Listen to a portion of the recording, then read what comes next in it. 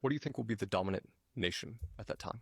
In the mid-term, North America, Moscow, Israel will be very dominant.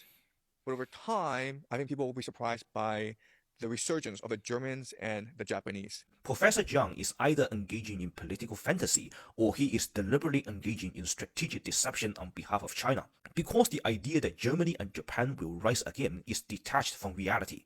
In the years immediately following the end of the Cold War, Japan and Germany were still seen as highly competitive countries that far outpaced the rise of the BRICS nations. The newly reunified Germany is the largest economy in Europe, and Japan constituted 75% of the US economy. In that sense, they could still be imagined as rising powers. But the 2008 financial crisis changes everything. The reason is simple. The crisis ended any hope for either country in building a regional bloc capable of challenging the United States. Take Japan. Before 2011, its economy is larger than China, and Japan has been pushing to upgrade the East Asian Summit between Japan, South Korea, and China into an incipient Asian Union. And even if this vision is only moderately successful, it would have certainly ended the semi-colonial relationship between Japan and the United States. But that path never materialized. Japan's continued economic stagnation accelerated the de facto American control over the Japanese economy. Japan today is little more than a prestige regime and a credit line for the American stock market. Germany is somewhat different, but the result is the same.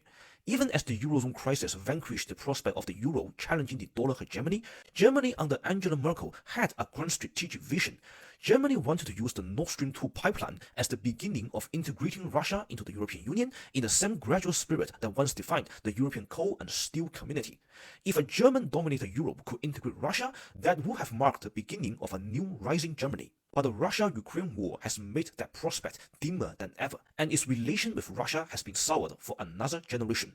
And this is why, even if Germany and Japan rearm and achieve greater strategic autonomy in the next decade, they still will not become the independent poles in the international system. At best, they will only become the top lieutenants in the dying American order.